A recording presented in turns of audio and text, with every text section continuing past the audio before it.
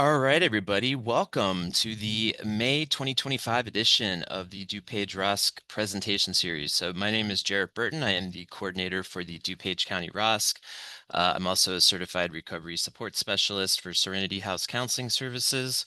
And most importantly, I'm a person in long-term recovery from substance use and co-occurring mental health challenges. I think it's important for those of us who are in these roles to say that. I think even saying that with a group of like-minded people helps reduce stigma every little bit. So I think that's important. So glad to have you here with us. If you haven't attended one of these previously, this is separate from our ROSC Council meeting. So our ROSC Council meets the second Wednesday of every month. It's a chance for us as a group to really, stay educated on things that are going on, have spotlights on local services, all the updates that the ROSCs and the RCOs are doing. This is kind of separate. This is an opportunity to dig into a topic with a little bit more time. When we cover something at the ROSC Council, we're lucky if we get 10 or 15 minutes out of a topic before we have to kind of move on. So this is a chance to take 45 plus minutes to go over a topic, and today's topic is nitazenes and other synthetics. So we're going to get into that here in just a second. I do have a couple things I would like to promote and share here at the beginning before we get started. So let me share my screen. All right, for the first thing that I wanted to share, so Serenity is actually going to be having a new psychiatric program on site at Serenity House. So this is supported by the DuPage Community Transformation Partnership. So this is just another good chance for Serenity to expand the services they're already able to do over there on site. And this initiative is really aimed at anyone in the DuPage County area who are facing mental health challenges. This is not just for Serenity House residential clients or IOP. This is for whoever needs it. So you don't need a substance use diagnosis to access these services. We're really trying to be proactive on the mental health side of the support. So let's get out ahead of crises as opposed to having to be reactionary to them. Let's reduce relapse risks, and let's be pragmatic about lowering those emergency room visits. So this is something that you or a client would feel beneficial.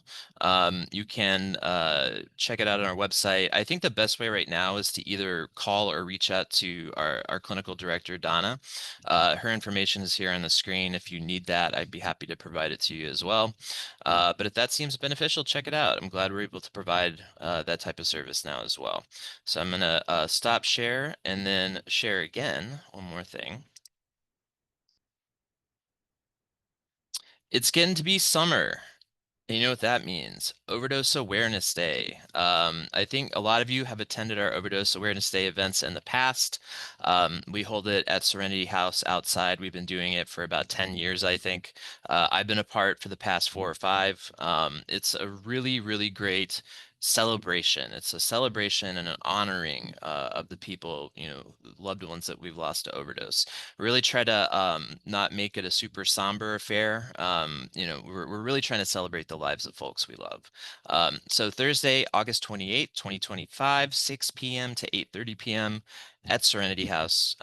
There's going to be music, food, games, drama therapy, vendors, crafts, and memories. That's my favorite part, the memories. There will be, like previous years, some resource tables in our big hall. We haven't really opened that up for signups yet, but we will be doing that soon. I know a lot of organizations have a lot of events happening that week. So we'll try to get ahead of that early. And if you're able to join us for a resource table, we would be thrilled to have you. All right, so let me stop that share.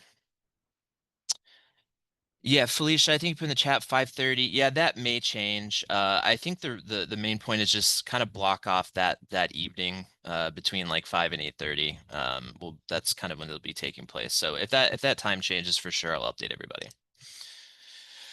All right, let's get into today's topic. All right, let me do this and let me present. Let's go full screen and let's get into nitazenes. So today we're going to be talking about nitazenes and other synthetic opioids because nitazene is a synthetic. We'll also be talking a little bit about some adulterants, so things that, have shown up and are showing up in the drug supply out here.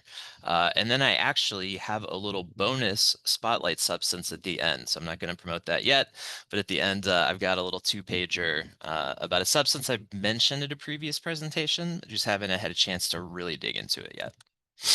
So what are we doing in our learning objectives? I always say they're the same things, right? I don't like doing scare tactic presentations. I don't think that's really beneficial. I think through these presentations, we're just always trying to make sure that we're bringing awareness to a topic. We're talking about safety in using these things, and we're talking about advocacy for the people who are struggling with these substances and what we can do as professionals and peers and loved ones to try to make sure that these people are finding the services they need if and when they want them. So again, these are never trying to beat you over the head with the new scary, double scary opioids that are coming out.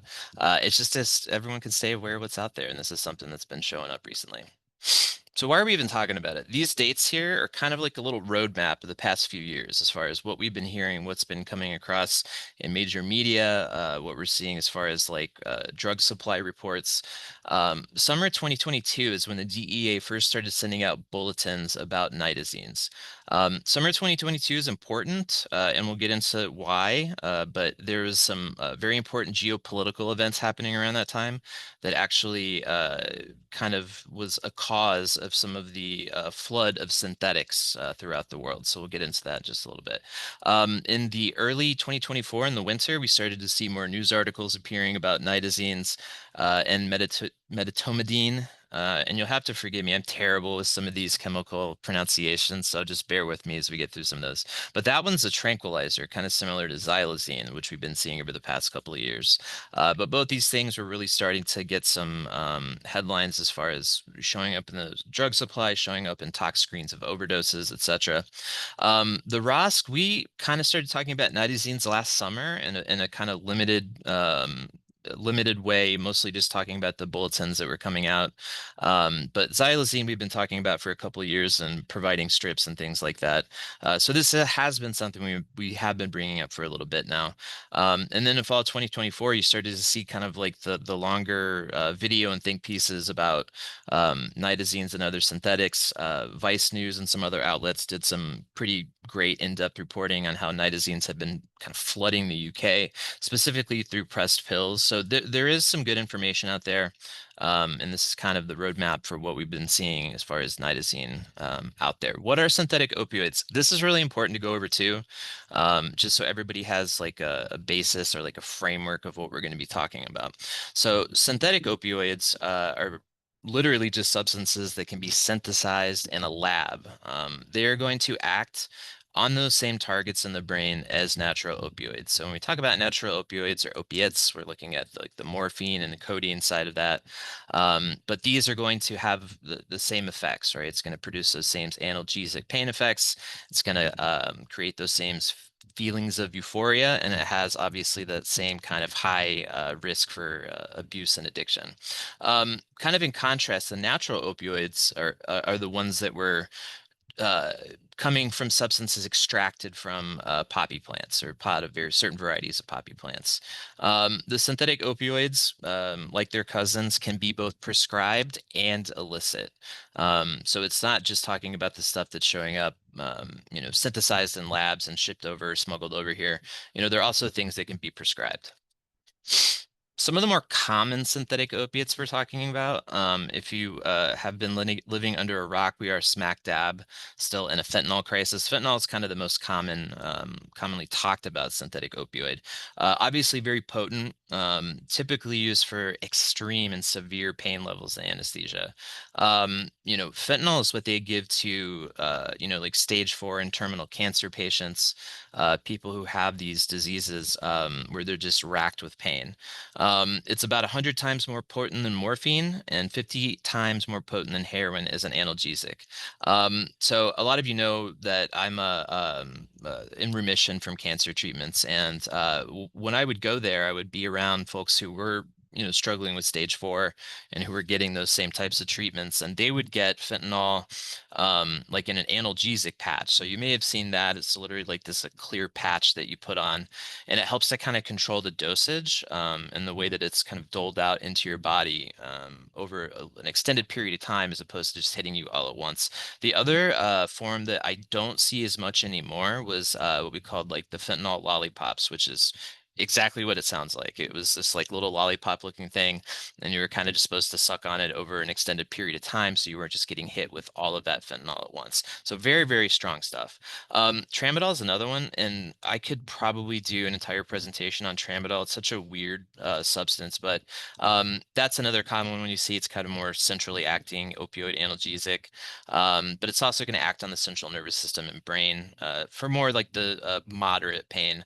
And then you also have methadone, stuff like methadone. So, very, very long lasting synthetic, and that's one of those full agonists. So, people on methadone are getting kind of almost that full blast as opposed to, smaller doses, but mostly prescribed as that maintenance medication option. And again, I've been coming to Ross meetings for a while. We try to talk about methadone at times because I think it's sometimes a very maligned maintenance option, and it's just as good an option as others sometimes, but it kind of gets demonized. So methadone, tramadol, and fentanyl, very, very common synthetics that we see.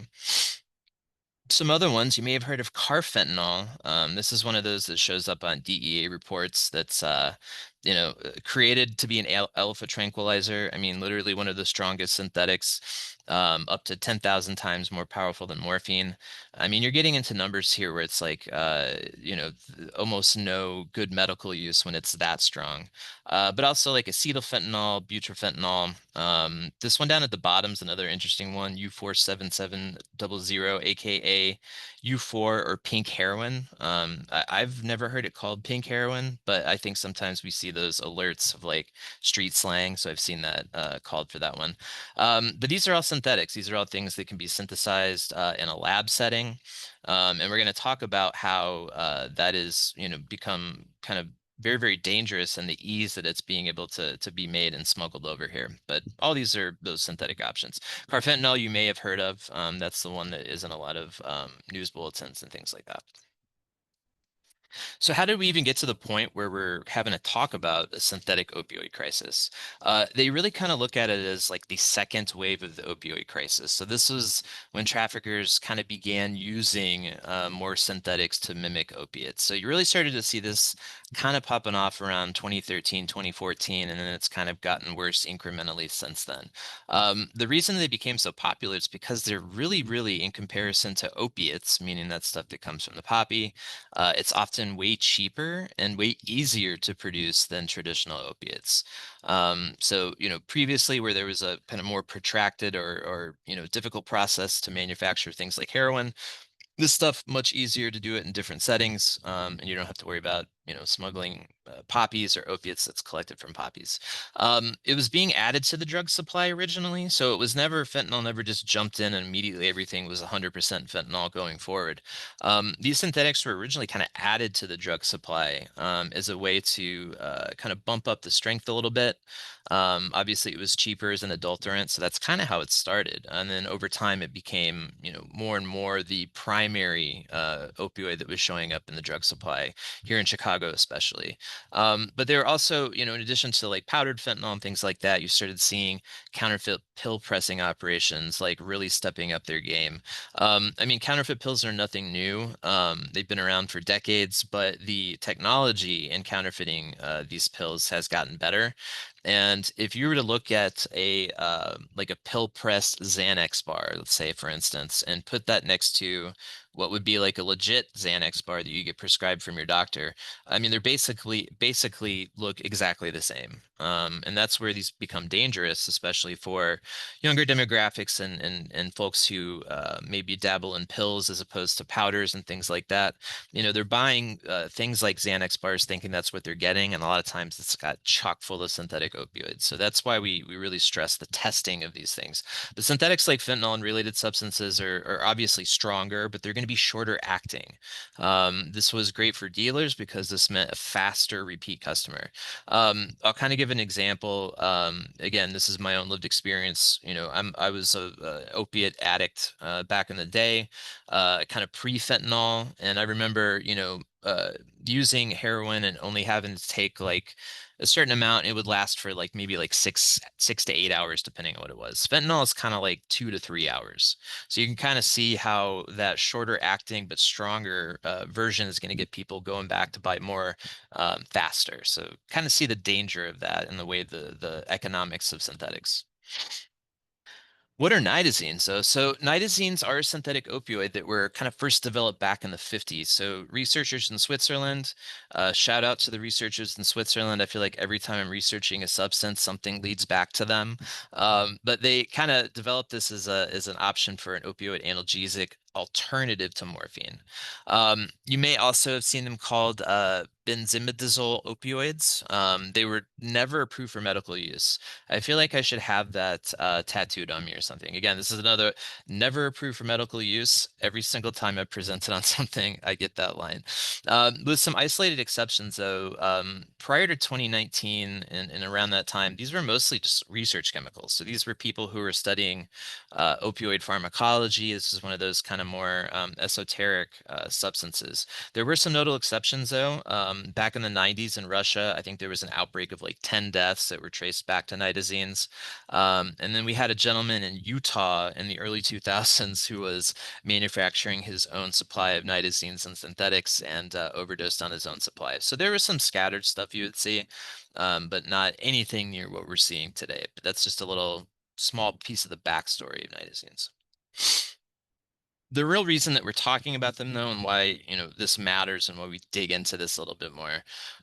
So nitazenes, much like these other synthetics we've been talking about, and the adulterants that we talked about, are often like mixed into the drug supply without buyer's knowledge. When I was presenting a couple of years ago on xylazine, which is that animal tranquilizer adulterant, I was reading some stories coming out of Philadelphia because they were kind of like patient zero with the xylazine trank dope outbreak. They were interviewing folks who were users, who were unhoused or who were accessing harm reduction services. And like 10 out of 10 people said they never knew that xylazine was cut into it when they started using. And if they would have known that, they never would have started buying it. So this is kind of similar. These are things that are being added to the drug supply just without users' knowledge. So this stuff it caused very, very sudden fatal overdoses due to the strength. I'm going to have a little table here in a couple of slides that'll kind of show you the strength comparison to some of these things. But the strength's there, and then we talked about this before with other adulterants. You're looking at a very, very unscientific method of mixing. Maybe the chemicals and the precursors are created in labs. When you get to a trafficker or dealer level, they're mixing, they're stepping on batches to give to the next person who steps on it a little bit, and so on and so forth.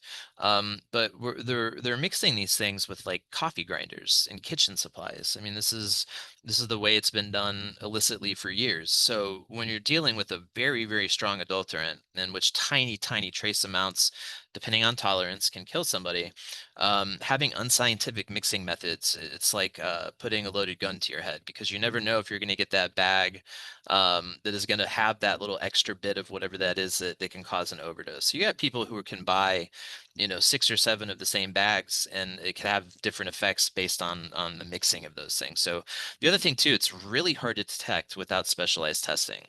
We found the same thing when fentanyl was starting to come out, when things like xylazine were coming out. It's hard to detect. It's not like these things are on your standard like 5, 7, or 12 panel UA test. These are things that you have to do like blood tests for, and you have to know what you're looking for, or the kind of spectro drug tests, the very, very specialized stuff. And in addition, as of now, there's kind of like a lack of knowledge and public awareness about nitazenes and some other synthetics. Um, I'm fortunate enough to be asked to be a part of the DuPage Office on Fatality Review. So we look at overdose cases, case studies, kind of take a look at what was going on in that person's life, what was showing up in their tox screens, etc. And yes, nitazenes have been a couple of things that have shown up in recent things that we've looked at. And as of now, like there isn't a whole lot of guidance in our area about nitazenes or other things in hospitals and other areas. So we're still kind of a little bit behind on some of this knowledge and public awareness. So we're kind of playing catch up like we do with a lot of these things. Okay. I don't know why it is. Bear with me. See if I can get this to stop crashing. Okay, there we go. Good. Good, good, good. You're getting a preview of some other ones. Okay, here we go. This was that relative potency graph that I talked about. So when we're looking at some of like the common nitazenes that have shown up in the illicit market, some of these, and again, forgive me if I butcher these, but isotonitazene, etonitazene, protonitazene, metonitazene, N-desethyl isotonitazene. Okay. I did the best I could, but you can look over there on the right. If we look at heroin as like the one-to-one relative potency, you can look right underneath that and see fentanyl is at 50. So, 50 times the strength of heroin. And then look at some of those nitazenes underneath it. When you get down to the last one, etonitazene, you're looking at something that's like 500 times the strength of heroin. So that's just potency. And we're talking about, substances that has potency to even trace amounts. If you can imagine larger amounts, you can see where that uh, it's kind of the potency relativeness to that is just increasing and increasing. And it gets to a certain point where it's like it's almost academic trying to imagine like how much stronger some of these are, which is really kind of wild as we see them show up. So the potency is the main risk. So these can be, up to 50 and higher times more potent than fentanyl. Really, the microscopic doses can be fatal. So that other one we talked about earlier a little bit, carfentanil, this is another one you see where it's like even small grains can be something that can lead to overdoses, again, depending on a person's tolerance. Where that person's opioid tolerance is going to determine a lot of things. Someone who hasn't used in a while, so maybe someone who has an opioid use disorder, went to treatment for a little bit, their tolerance goes down. They've been inside for 28, 60, or 90 days, whatever it is. When they go back out, and let's say there are risks for relapse, they even want to start small when they're going back out to relapse.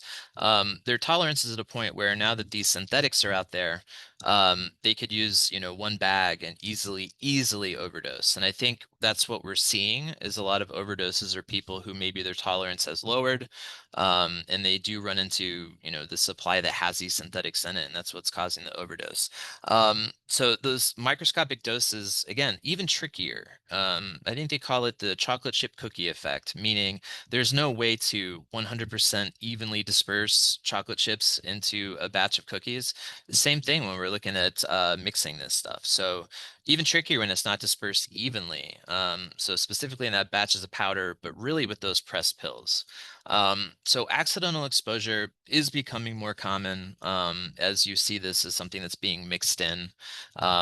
So yeah, kind of scary when you look at the potency as being the main risk with this stuff.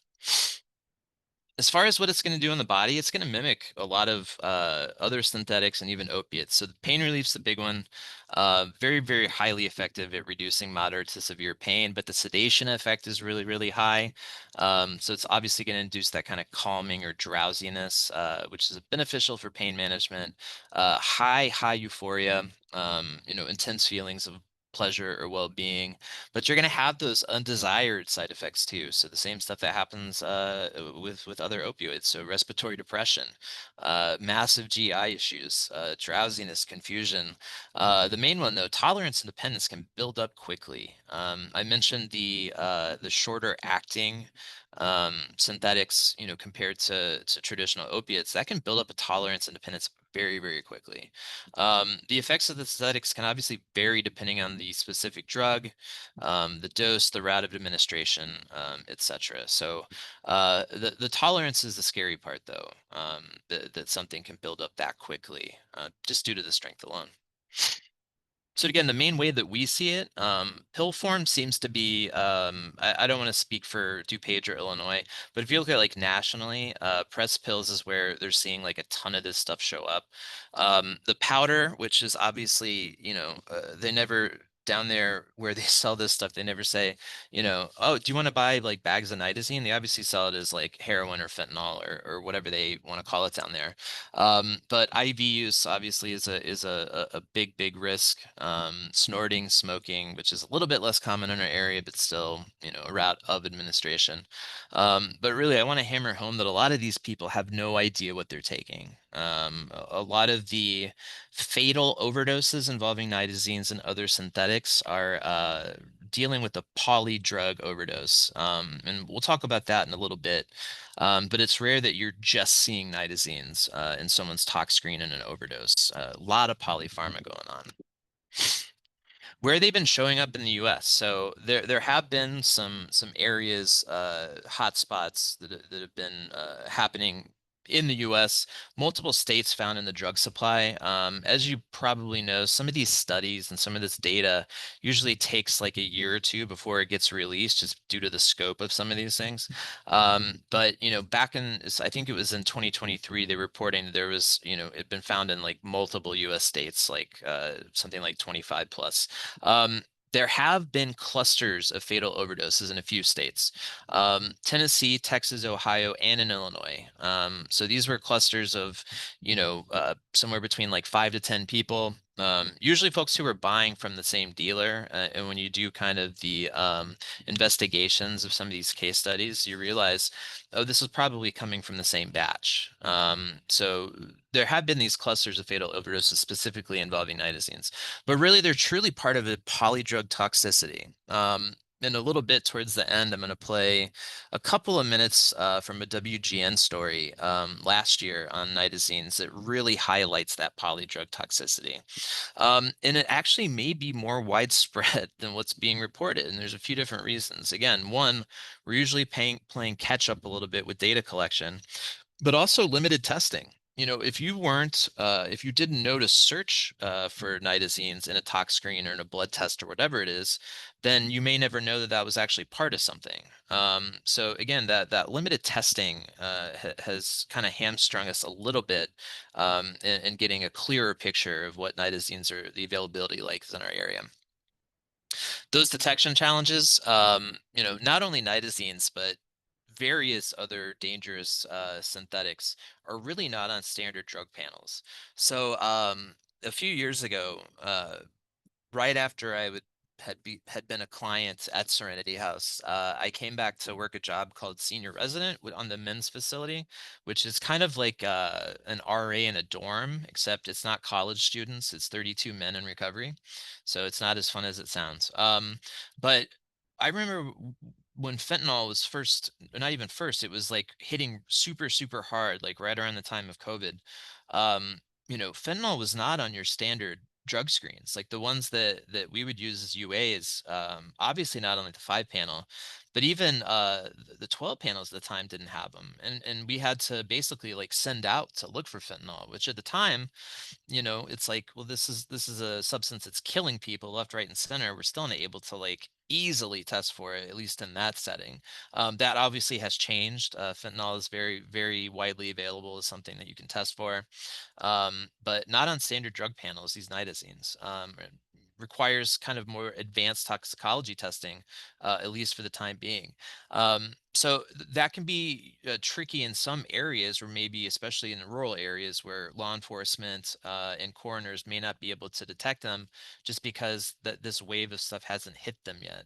But the limited detection makes all this response and prevention harder ultimately. So again, it's very similar, at least in my mind, to when fentanyl and xylazine were first showing up in the drug supply. So hopefully this limited testing gets a little bit better over the next couple of years. I think it's important, really, really important to kind of talk about why synthetics have hit as hard as they have, because to me it's crucial information. It helps us to kind of get a better understanding of why we're playing whack-a-mole with synthetics sometimes. What I mean by that, as soon as we figure one out, the next one pops up, and it can feel very demoralizing sometimes to get a grip on one, and then the next one comes in. But unlike the opiates, nitazenes and these synthetics can be produced almost anywhere. The precursor chemicals, the chemicals that are needed to synthesize, are very often uncontrolled and widely available. When the fentanyl crisis first started hitting in the U.S., there was some culprits in Chinese corporations who were the major manufacturers of the precursors, but as well as finished fentanyl. So those were kind of the main, companies that were flooding areas with precursors and finished stuff. Both Obama and Trump, had lobbied very, very hard to China to kind of curtail this cottage fentanyl industry that had popped up over there. And what happened was Chinese government would control specific fentanyl analogs, but when that would happen, other chemists and people working for these Chinese corporations would just like tweak the formula a little bit. So they would tweak a molecule here or there. All of a sudden, you get a new thing that mimics the thing that just got banned. And then you got to wait till that gets lobbied to get banned, and so on and so forth. And that is kind of a framework for how synthetics kind of really started flooding the U.S. and the world. In 2019, so right before COVID hit, China finally banned most or all of the fentanyl-related substances. But what happened was there was obviously a reduction in direct sales of this stuff to the U.S. But these companies found a workaround, which was just sending the stuff to Mexico instead. So the cartels in Mexico became the number one buyer of synthetic fentanyl precursors and finished product. So when they would get these precursors, they could just synthesize, in a lab in Mexico, and then it would get smuggled into different countries from there across the U.S. border.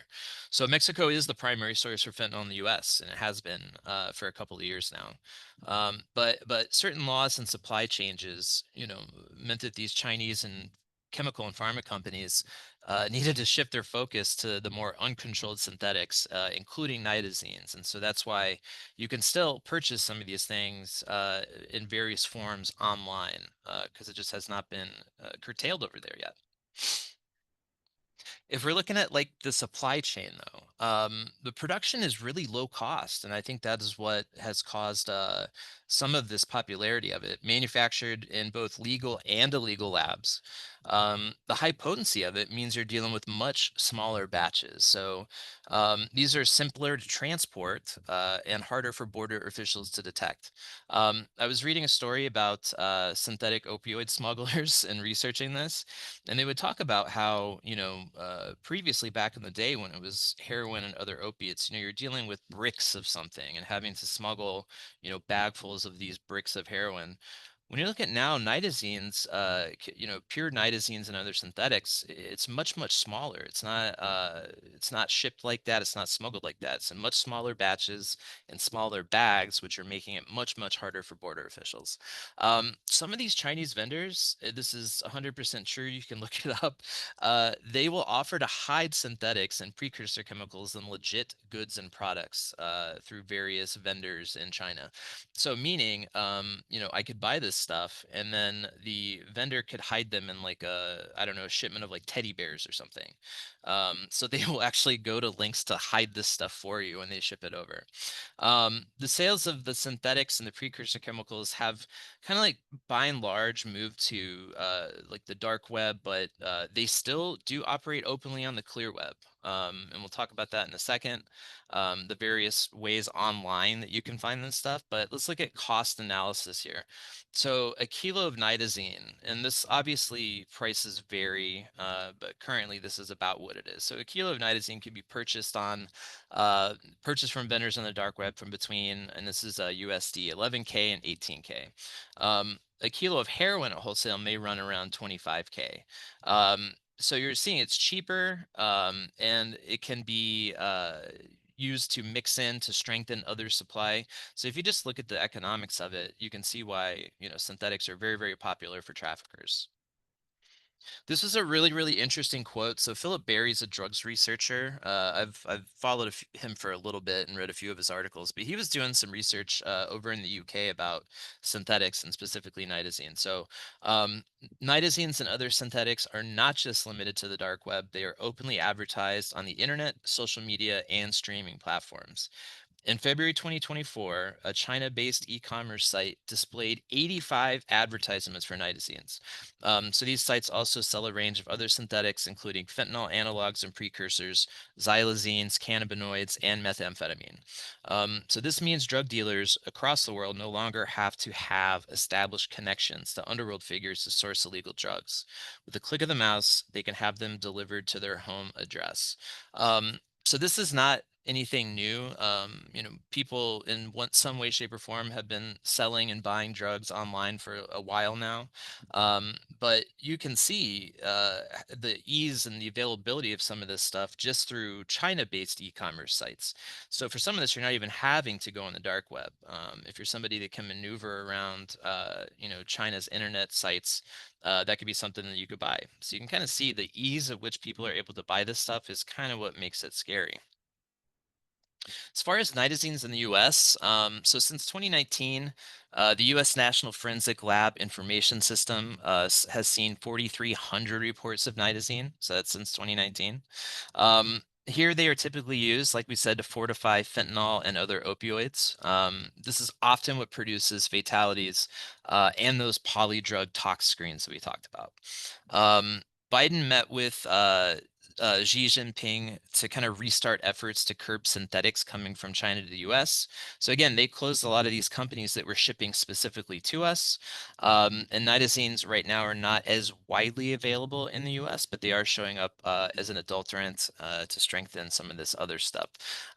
So we're kind of seeing it in the same way as we've seen some of these other substances. It's kind of a slow build at the beginning, and then we starting to hit a point where we're seeing more and more cases of nitazene showing up in fatal overdoses. So again, the point of these presentations is to try to kind of get out ahead of it and understand what it is, and understand the demand for it and why we're seeing so much. As far as some of the stuff we can do, obviously naloxone and overdose response. Naloxone can and absolutely should be used to try and reverse overdoses from synthetics. Where it gets tricky is multiple doses may be needed due to the potency. This is something we've had to talk more and more about at our Narcan trainings out in the community. A few years ago, 1 or 2 doses of Narcan was probably enough to bring you out of an overdose, even from some potentially strong heroin.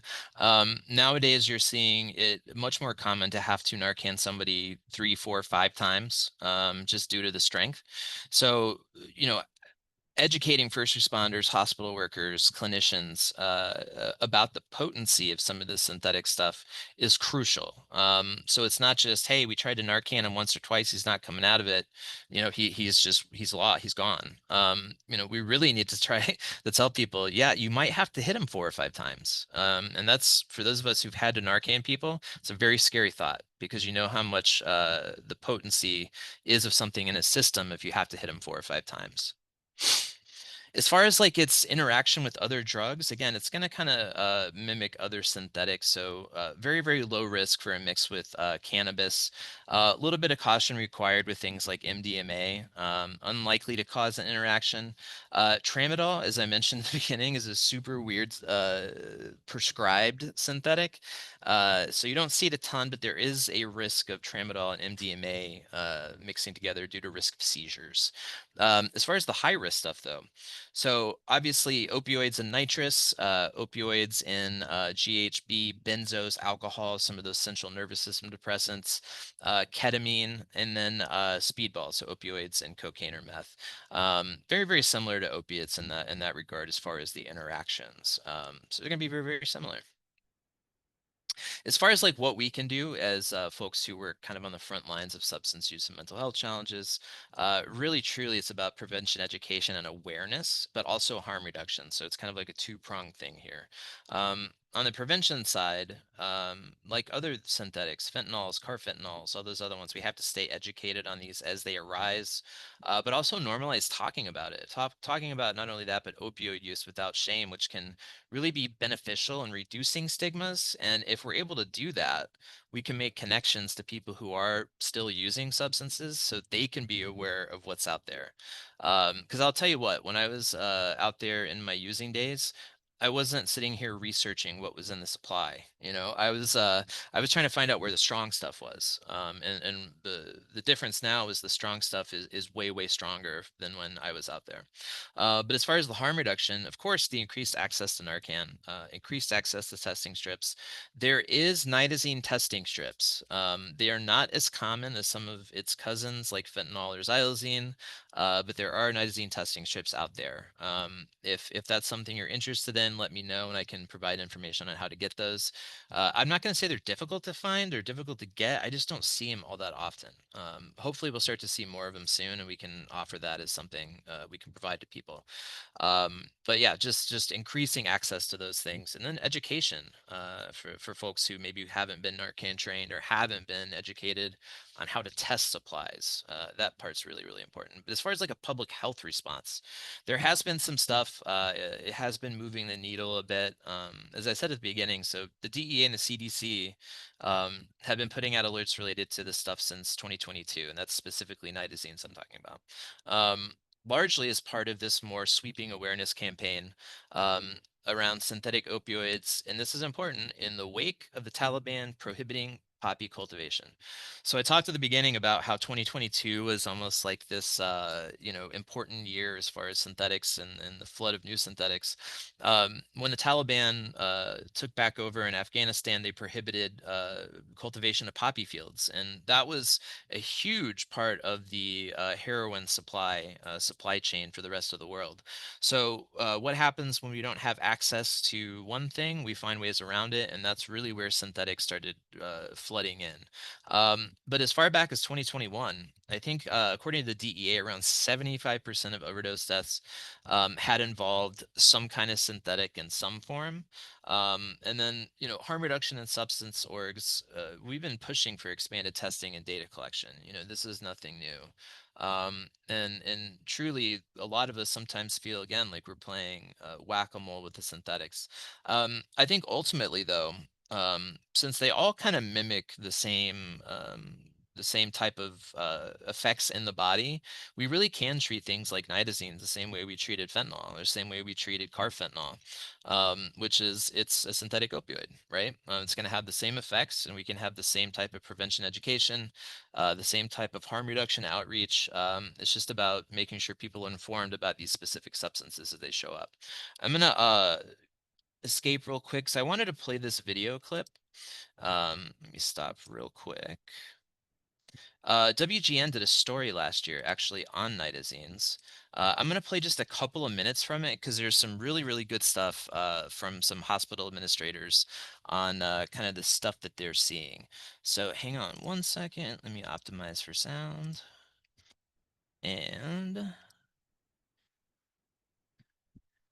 all right. Fentanyl. When you look at what's happening to the heroin supply, there's just more and more additives. The ROSC emergency and addiction medicine specialist says the new additive does not show up on standard urine screens or on the harm reduction test strips she distributes to drug users, hoping to reduce their risk for the more dangerous additives infused into street drugs. You test a sample bag of heroin and it has like maybe a little bit of heroin, a little bit of fentanyl, a little bit of metanitazene, a little bit of cocaine, a little bit of sedatives, a little bit of crushed pharmaceuticals. So sometimes quinadine's in there, Benadryl's in there. Sometimes if a nitazene's opioid's in there, it's a garbage bag of drugs. Like heroin and morphine, nitazenes attach to receptors in the brain and cause depression of the central nervous system.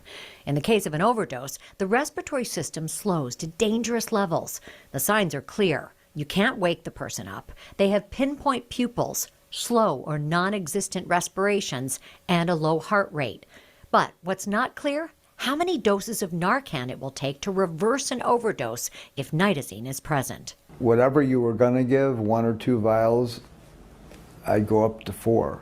Dr. Anthony March has been in practice since the 1980s. If you're going to use a drug, it may be one time and you're out. You may not even be addicted. It could be some kid. His friend said, "Hey, try this. I heard this is really good. I took it last night. You'll like it." One and done. It's really terrible. So as you can see, going back at least 1 year, folks in ERs and doctors working on the front lines of substances have seen this stuff show up.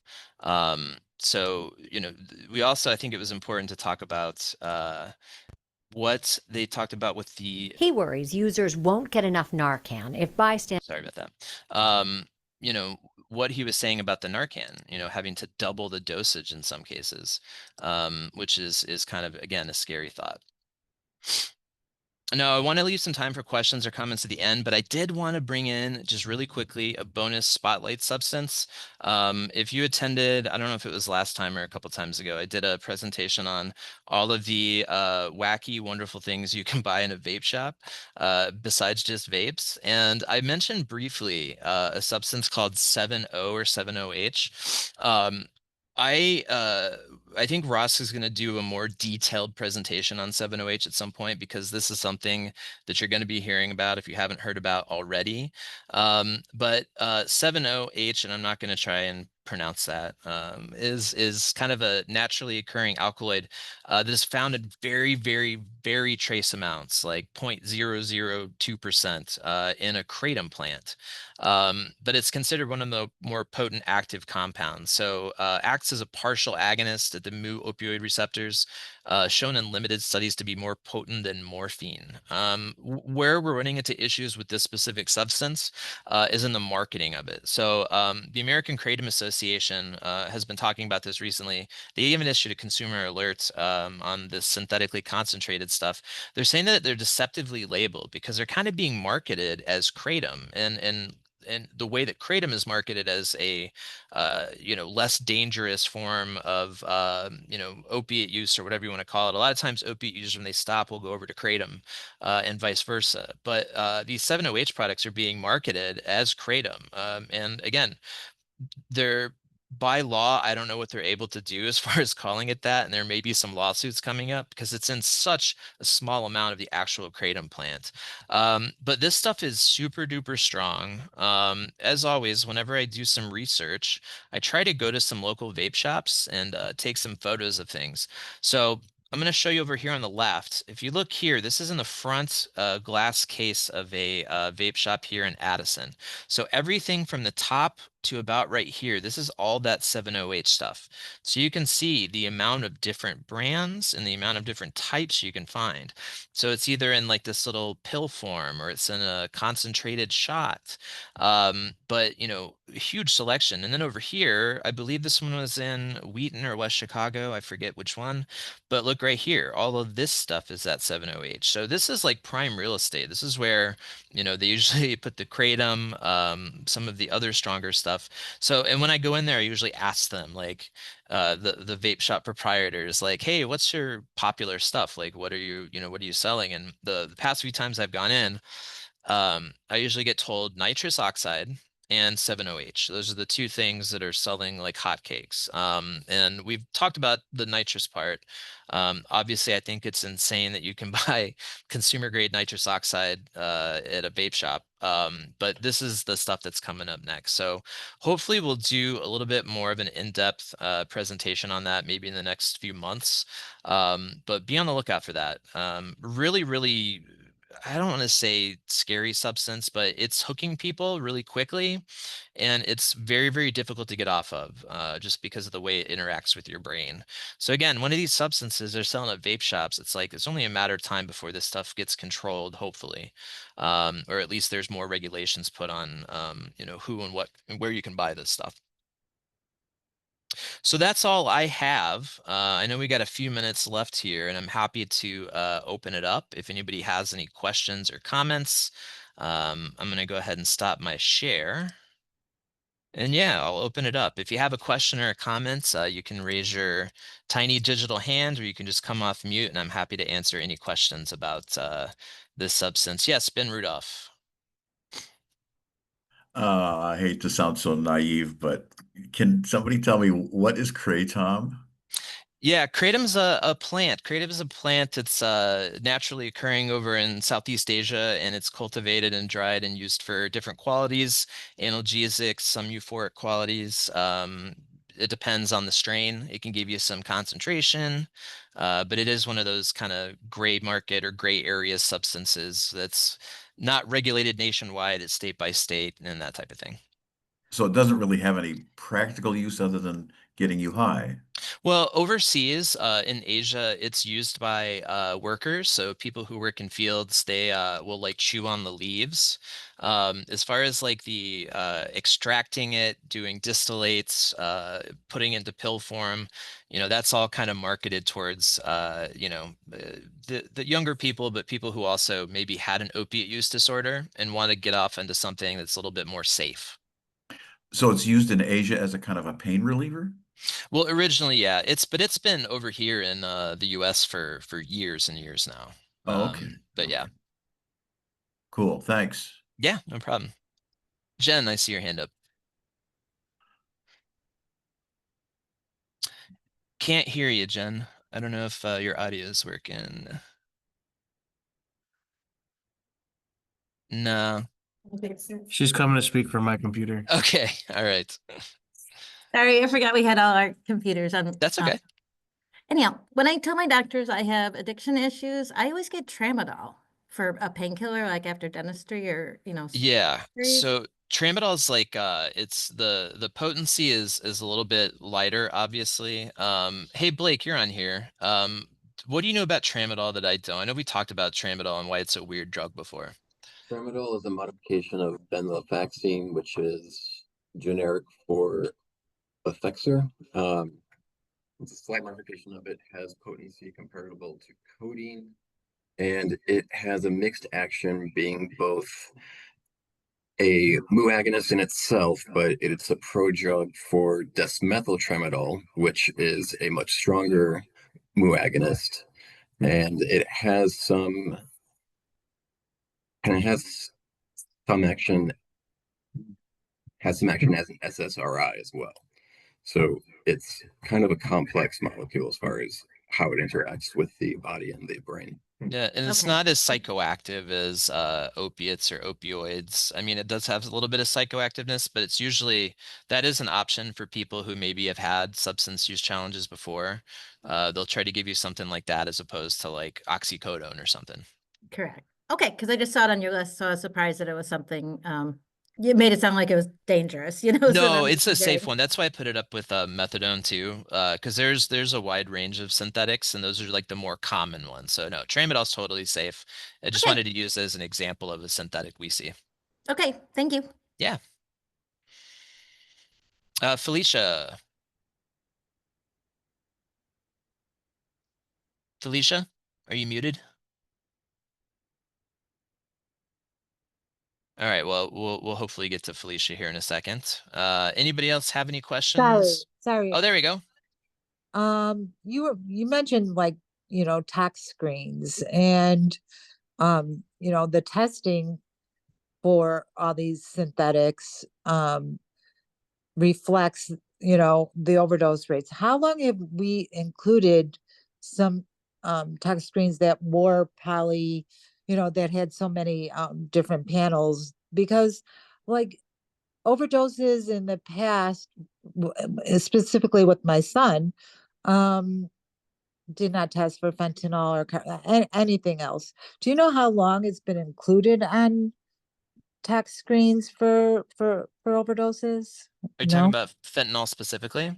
no, just poly substances. Like Oh, how are we advancing in testing for it? Is it nationwide? Like, because you said in rural areas they don't even put that on a tax screen, right?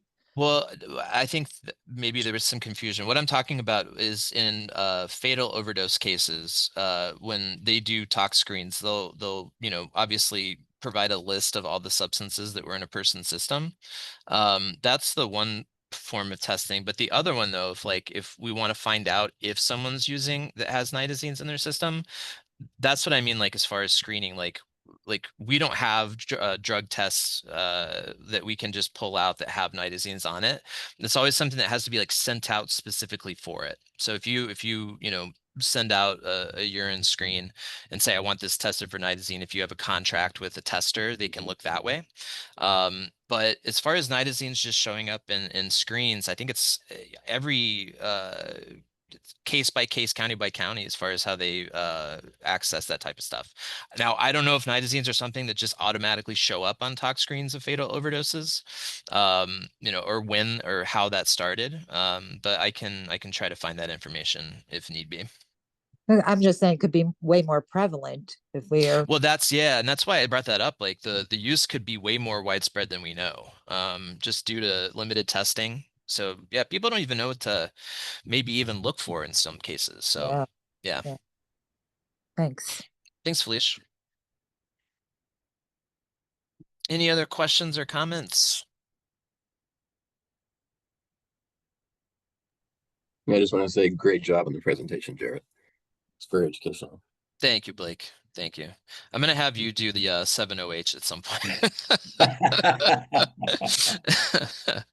I can definitely do that. Yeah, yeah. All right. Well, hey, listen, thank you, everybody. I'm going to put this recording up on the YouTube page here in just a little bit. And again, just, be vigilant, be on the lookout for this stuff. And I always challenge folks, step up and be the person to educate folks if needed. Advocacy for better testing, advocacy for better public awareness. We're the folks that are able to make that stuff happen. So be an advocate for this type of thing. And yeah, we'll be back next month with another presentation on something, hopefully trying to stay ahead of the curve a little bit. So we appreciate you making the time for us, and we will see you next month. Just Jarrett, one more thing. Like Yeah. I carry Narcan with me, but I don't carry more than 4 doses. Well, we've got, I don't know if you've heard of Cloxado. That's a brand name version of extra strength naloxone that is coming out, hopefully a little bit easier to obtain. It's kind of expensive right now. But I think we'll see a move to that, which is just higher dosages in the same amount of packaging. Yeah, I just think from this presentation, I want to make sure that I have more on Oh, me. absolutely. Absolutely. I'm going to take away from your presentation. Thank you. Yeah. Oh, Danny just put it in there. So Cloxado is 8 milligram, as opposed to just regular Narcan, which is 4. So I'll see what I can do about getting a hold of some of that through the ROSC. And then if anybody wants to carry that as opposed to just the Narcan, we can work that out. All right, y'all. Thank you again. Lovely to be with y'all this morning. And we'll see you at the next one.